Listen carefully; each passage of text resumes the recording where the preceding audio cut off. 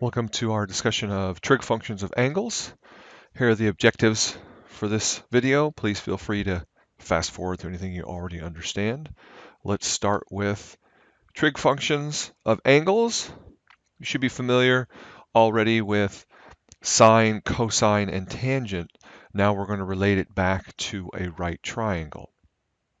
So if we have any angle in a right triangle other than the right angle, right? So it's got to be the two acute, right? The two smaller than 90-degree angles. If you use either one of those angles, then you can label the three sides of the triangle as the hypotenuse, which never changes, right? The hypotenuse is always the long side, the side that's opposite the 90-degree angle. But then depending on where you locate this angle, you're going to have an opposite side and an adjacent side. So you can see very clearly, hopefully, that if you instead think of the angle being up here at P, then PQ becomes the adjacent side and OQ becomes the opposite, right? So it's all in relationship to where the angle is. We tend to orient it this way with this angle in relationship to the right angle because we think about taking this triangle wherever it is and visualizing it being centered at the origin of our unit circle, right? So now we're going to relate all this back to a normal unit circle and think about these distances corresponding to having the point P be on that unit circle, right? So if you drew a big unit circle out here, if you could draw a circle, I obviously can't, then this becomes the radius of our unit circle, which is a 1, right, a length of 1. And then these are related back to all of those sines and cosine things that we've learned already. So if we think about that point P as being, like I said, on that unit circle, then we know that our radius is 1. But if we want to generalize it to any circle, right, any length whatsoever, then we know that just from Pythagoras' theorem that, right, a squared plus b squared equals c squared when we have a right triangle. So x squared plus y squared equals r squared. And if you solve for r, you get that r is just going to be the square root of the sums of those squares. We also know, because of our basic trig, right, that sine is always the height over the hypotenuse, right? So y over r, and then cosine is the distance over the hypotenuse, so x over r, and that's where we get these two. And then tangent, remember, is always height over distance, right? So y over x. And those hold true whether we're on a unit circle or not, right? Because you can see that r here is arbitrary, right? It can be any length we want. And for tangent, there is no r in it at all anyway, right? So just know that all the things that you learned on your unit circle are applicable to this in any instance. It doesn't have to be a unit circle anymore. R can be any length we want it to be. Okay, so if we put it all together and generalize it, we can now define all 6 trig functions in relationship to just a right triangle. Because any point in space can be thought of as coming out from the origin, right? So you draw a line out to the origin to any point in space, doesn't matter where it is. And then if you draw wherever that point is, you draw a vertical line from that point down to the x-axis, it will always create a right triangle, or up to, right? If your point was down here in quadrant 4, you would take a vertical line straight up, and then you would have a kind of an upside down triangle. But it doesn't matter where that point is, you could always create that right triangle. And basically, when you think about it, your point being x and y, x is always the lateral, right, the left and right distance from the origin, and y is always the height from the origin. So those are always the two sides of the right triangle that is created from that point to the origin, right? So it doesn't matter where the point is, we can create that triangle, we can have a radius r, and we can now define sine, cosine, and tangent very easily in terms of x, y, and r. And then cosecant, secant, and cotangent just build off of those, right? Because we know that cosecant is 1 over sine, and if you do 1 over sine, you're literally just flipping, right, r over y. And then if you do secant, which is 1 over cosine, you're just, right? Taking the reciprocal of that, and you're getting r over x, and then cotangent, of course, is 1 over tangent, and you're flipping that. Now you'll notice that we have these not equal to things here, and that's because we can't divide by 0. And you might wonder, well, how come we don't have r can't equal 0? Well, because r, right, unless the point is sitting at the origin, r always has a distance, so r is never 0.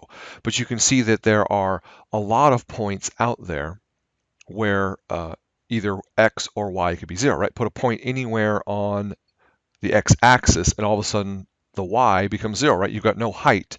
And put a point anywhere on the y-axis, and all of a sudden you've got no lateral movement, you've got no left and right movement, and now x is equal to 0. So it's very easy to get x's and y's equal to 0 when we talk about all points in space. So we have to worry about that for these instances. And we have ways of dealing with this. But r always has a distance except for one point, and that's when we have a point at the origin. And we pretty much don't do anything with that point, so we don't have to worry about that. And so that's why we don't have to worry about r equaling 0, because it never really does, at least for what we're doing. Okay, so trigonometric functions can be undefined, and that's whenever we have points on the x and y axis, like I mentioned. Now they have a fancy name, quadrantal angles, but who cares?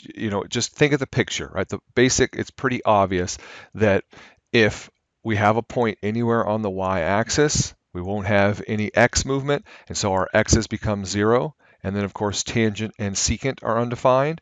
And if we have points on the x-axis, right, we have no height, and the y's become 0. And then all of a sudden, cosecant and cotangent become undefined. Okay, so there are places where trig functions are undefined. Also, if you've learned anything about similar triangles, you know that ratios of the sides of similar triangles are equivalent, right? These two triangles, if we look at triangle PQ0, or if we look at, you can call that P prime, Q prime, and 0, right? Those two triangles are what we call similar triangles because they have the same shape, right? They share this angle, so they have that exact same angle. And because these are both right angles, and we know that the sum always has to add up to 180, we know that the angles up here at P and P prime, those are also the same angle. So these two triangles are what we call similar triangles, meaning they have the exact same shape. It's just the prime version is almost like you took this and gave it steroids, right, and made it grow. Okay, well, the ratio of the sides are always going to be the same.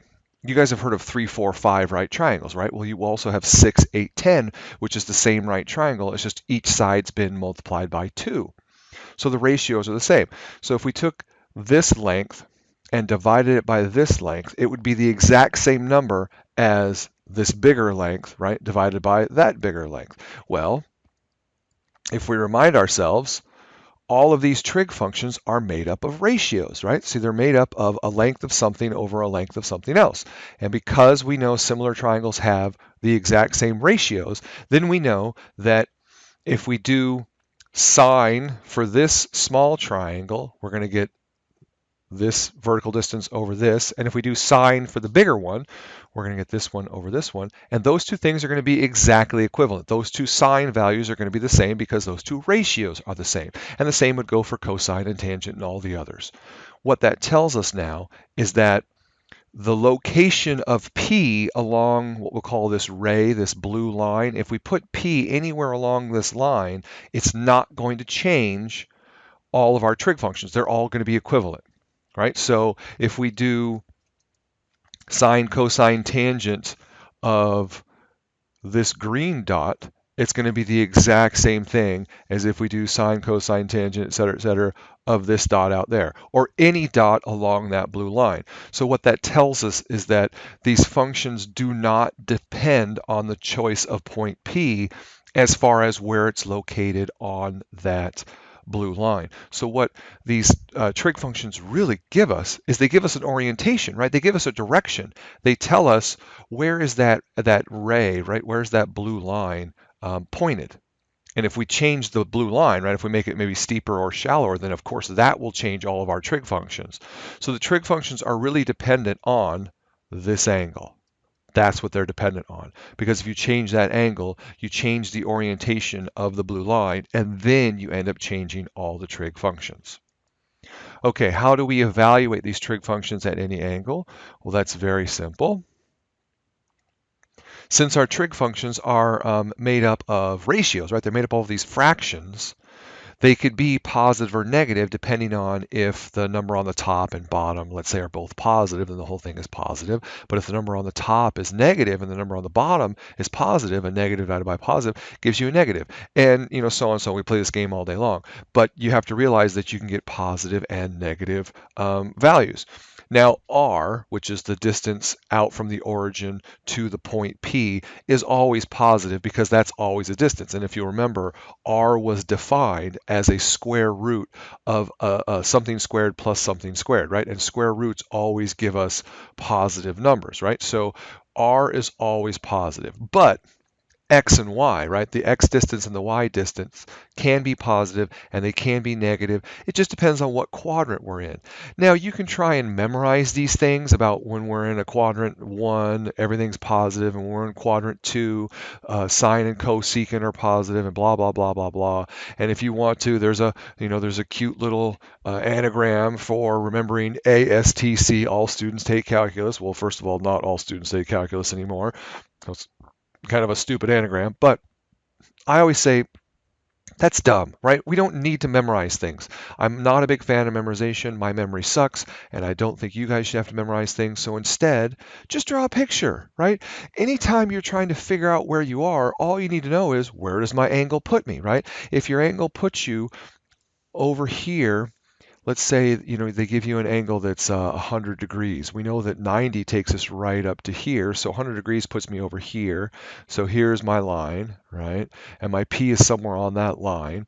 Well, if I'm in this quadrant, I know that X is negative because I'm over here and Y is positive. Okay, then there, I've got it. Now, whatever function I'm going to build, all I have to remember is, what is it built on? Is it built on X or Y, and so on and so forth, right? So it's really better to just memorize how sine, cosine, and tangent are built, right? Sine is y, right? Sine is the vertical, cosine is the horizontal, and then tangent is the combination of the two.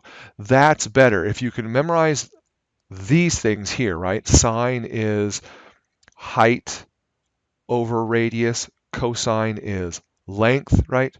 Over radius, and then tangent is change in y over change in x, right? Tangent's like slope. It's height over width.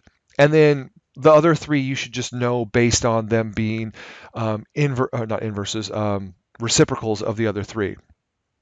Cosecant's 1 over sine, secant's 1 over cosine, cotangent 1 over tangent. And the way I always remember those, if you haven't heard this already, is there's always a co in each pair, right? You've got tangent and cotangent. You've got cosine goes with secant, and then sine goes with cosecant, right? See, there's a co in each pair. That's how I always memorized it, because I always had a hard time figuring out which one gets cosecant and which one gets secant. And then I remember, oh, that's right, one has a co, each pair has one co. So I can't put cosine and cosecant together because that'd be two cos, right? And then sine and secant wouldn't have any cos at all, right?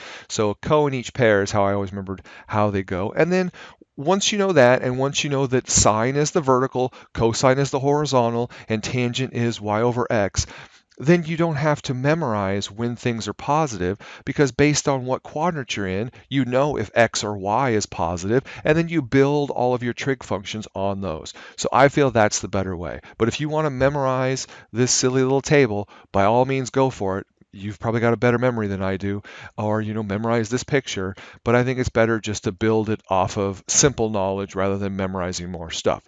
So for instance, a question like this: if we want to find cosine of 135, again, we know that 135 is in the second quadrant because it's bigger than 90 but less than 180, so it's over here somewhere. Cosine, remember, is x over r, right? So cosine will be a negative over a positive, and we know that cosine will be a negative value. Now, on top of that, we know what some of our basics are, right? You should have those basic trig functions of 30, 45, 60 memorized, and from those you know that 45 degrees gives you that square root of 2 over 2, but we're now over here in this quadrant, so it's negative square root of 2 over 2. So we're always going to try and bring these things back to our reference angles whenever we can. Okay, what about part B?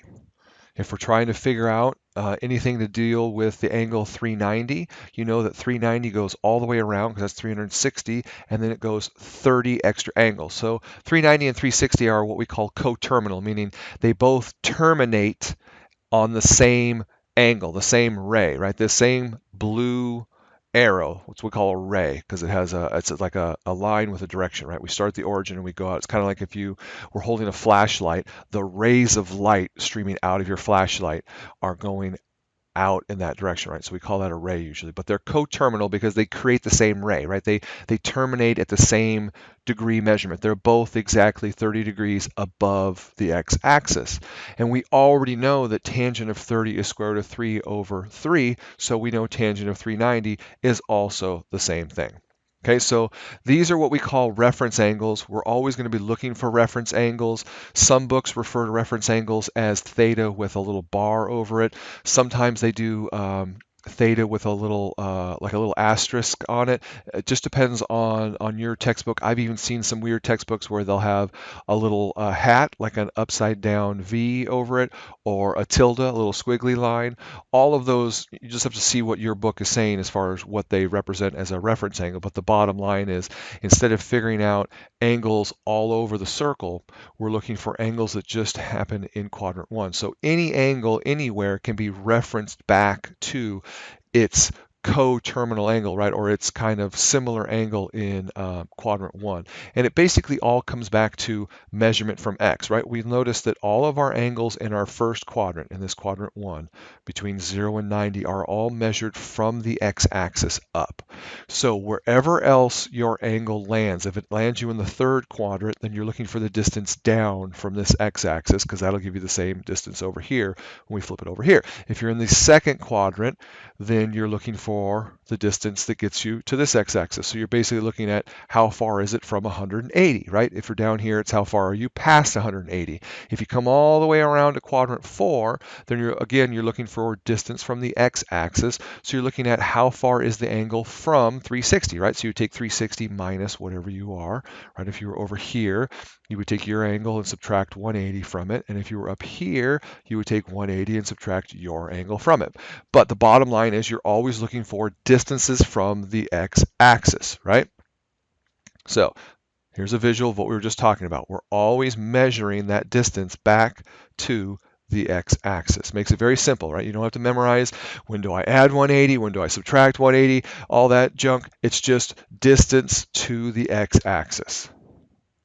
Okay, so let's find the reference angle for a couple of these.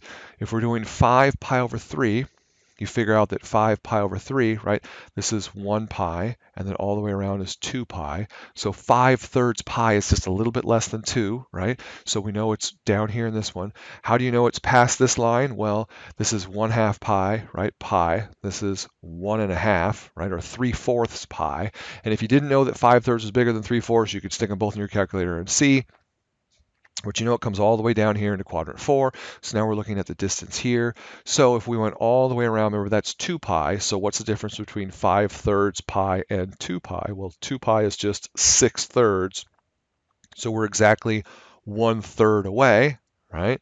2 pi minus 5/3 is 1/3. And we get that our reference angle is pi over 3. Okay, if we were doing the same thing with 870, we got to figure out where the heck does 870 go. We know that 360 and then 360 again is 720. Leaves us right there, right? So how much is left after we take away that 720? We have another 150 degrees, right? So we go 90, and this would be 180. So 150 would put us right in here, and 150 would be 30 away from 180, right? So that's what it's showing here with this picture, is you're left with a reference angle of 30. Again, always distance back to the x-axis. So we can now generalize it and say that if we're trying to find a trig function for any angle whatsoever, we have 3 simple steps. The first step is you have to find that reference angle associated with the angle you're looking for, and that's just basically determining where your angle lands in the x-axis, right, in the xy coordinates, and then figuring out what is the distance to whatever is your closest x-axis, and that gives you your reference angle. Once you have your reference angle, you can now compute all of your trig functions and you get an answer. But you always have to think about what quadrant is your original angle in, because when you do these trig things in calculators or whatever, they always give you the answer as if you are in the first quadrant if you use reference angles, right? If you have a fancy calculator and you can just type in any angle you want, they normally will give you the correct plus and minus. But let's say you have to do this without a calculator and you're just using your tables of angles, and everything's going to come back to a 30, a 45, or a 60, one of those special ones that we know. You have to use a reference angle, which gives you a measurement, and then you have to figure out, okay, my original angle was down there in quadrant 3. In quadrant 3, I know both x and y are negative, so now, depending on the trig function that I'm doing, I have to plug in negatives for my x or my y values, and then determine if my answer is actually positive or negative. And the same would go for any other quadrant other than quadrant 1, right? So that's what they mean by, then you have to figure out what the sign is, right? They're going to be the same possibly, except possibly for the sign. So what that means is the one that you're looking for might actually be negative depending on what quadrant it's in. So here are a couple simple examples, right? If we're trying to do sine of 16 pi over 3. Well, 16 pi over 3, if you take 16 and divide it by 3, you get 5 1/3 pi. Well, 5 1/3 pi, right? Remember, here's 1 pi, 2 pi, 3 pi, 4 pi, 5 pi. 5 1/3 pi puts us down here. We're in quadrant 3. And it puts us right at 5 pi was right here at the x-axis. And so we're 1/3 of a pi past it. So our reference angle is 1/3 pi. And if we do sine of 1/3, right, we get square root of 3 over 2.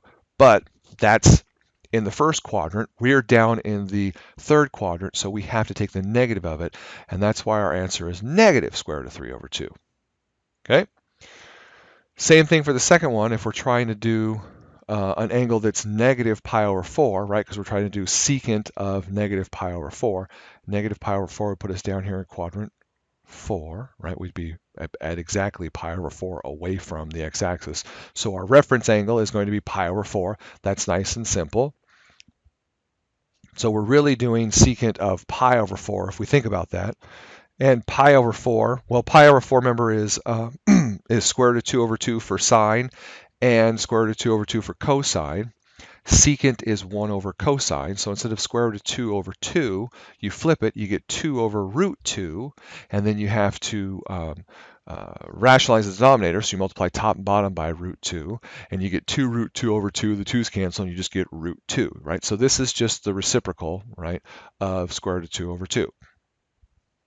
But in the first quadrant, secant, right, which is 1 over cosine, right? Cosine's positive, so 1 over cosine is also positive. So in the first quadrant, we would get a positive answer, but we're down in the fourth quadrant. Well, hey, if we're in the fourth quadrant, y is negative, but x is still positive, right? So we still have a positive x, so when we do 1 over that, we still get a positive number, and our answer is still positive, right? So they don't always flip. It just depends on what quadrant you're in.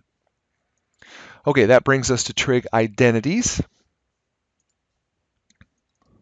We've already seen that 3 of our trig functions are really just built on top of the other 2. And in fact, in reality, all of our trig functions are built on top of sine and cosine, because tangent is literally just sine over cosine. So tangent is built on sine and cosine.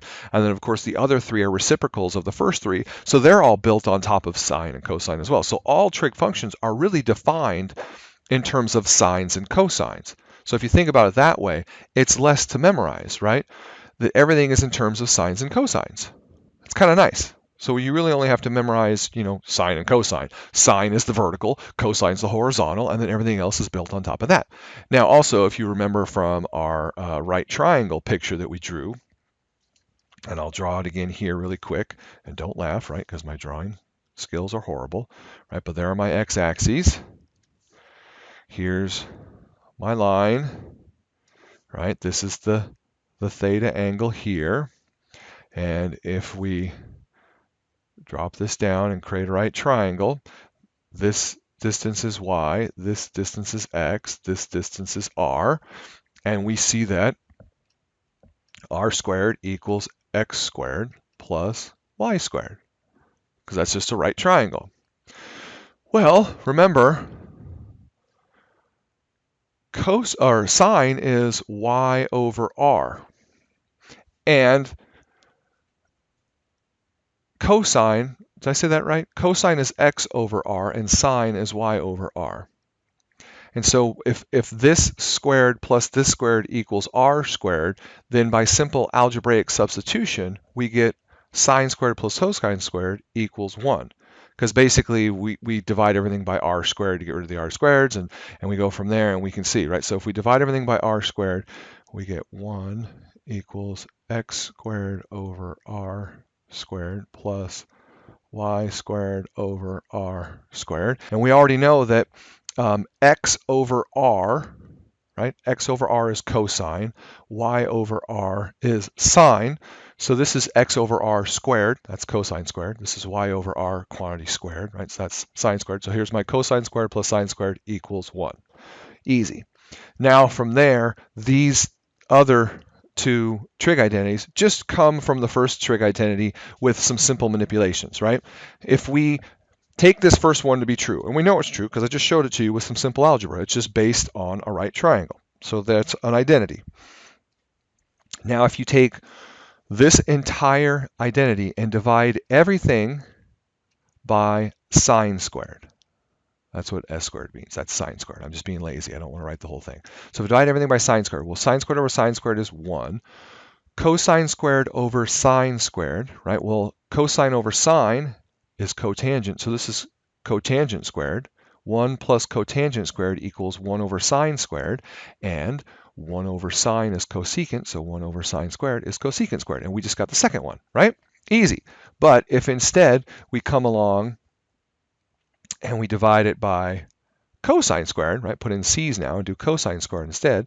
Sine squared over cosine squared, that's tangent squared. This is 1, and then 1 over cosine squared is secant squared. So this one just comes from dividing by cosine, right? So all of those things are just built on the right triangle, and they're just changing things around by dividing by either sine squared or cosine squared.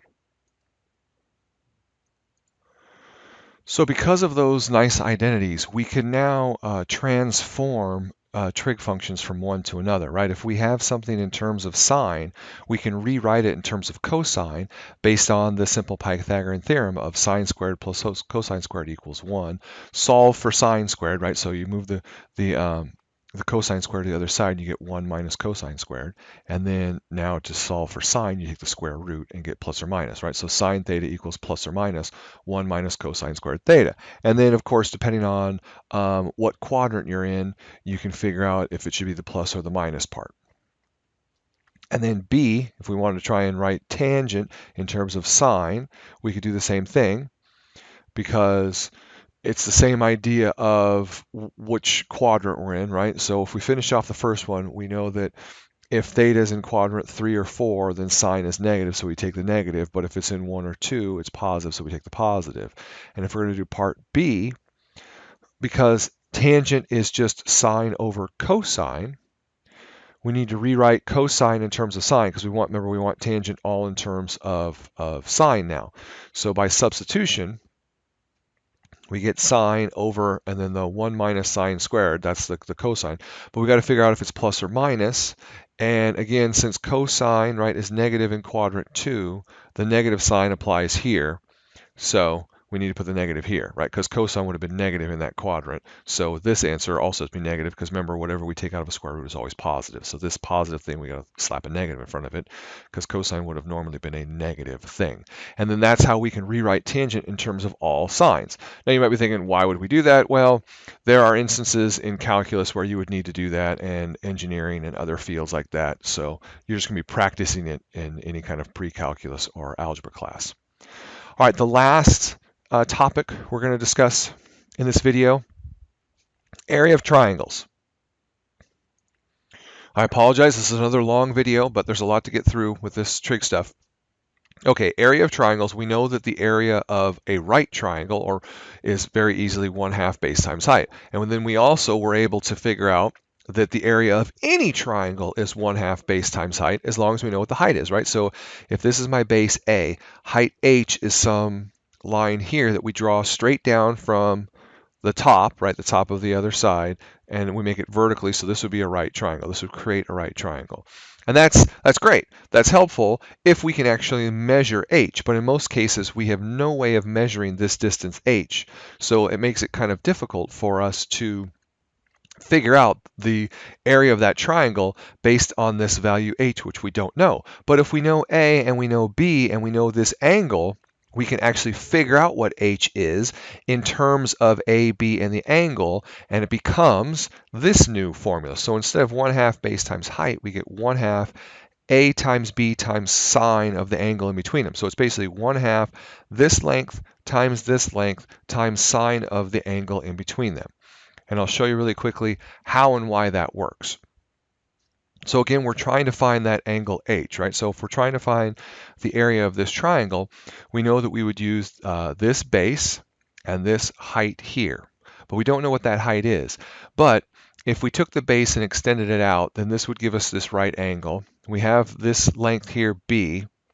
And then if we're given this angle here, this theta, then don't we know that the angle inside this white triangle out here, isn't this angle just 180 minus whatever that theta is? Okay, well, we know that if we took this same angle, right, so and drew it in the other direction,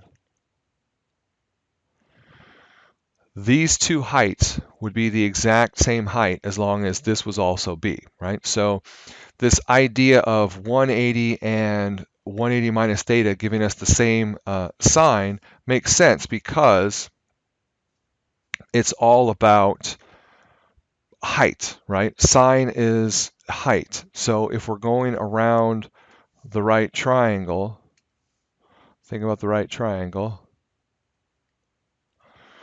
and then here's our angle,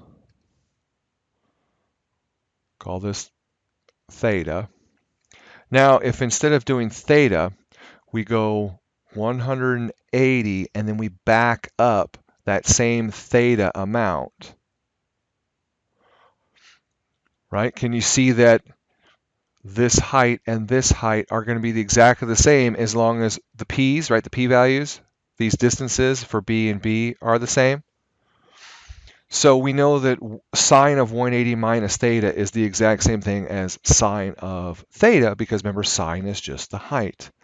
So this height here is really just the same thing as using this angle versus this angle. So that's how we can do that substitution. And we can get sine of 180 minus theta is the same thing as just sine of theta. So we just swapped those two. And then the height, right, is always y over r, right? This is supposed to be our r now, so y over r. So it's this over this gives me sine theta, right? So if we write out the function for what sine is, sine theta, and that's using this theta right here, right? This is my h. Sine theta is opposite over hypotenuse. Well, if we want to solve for the height, we just multiply both sides by b, and we get b sine theta equals h.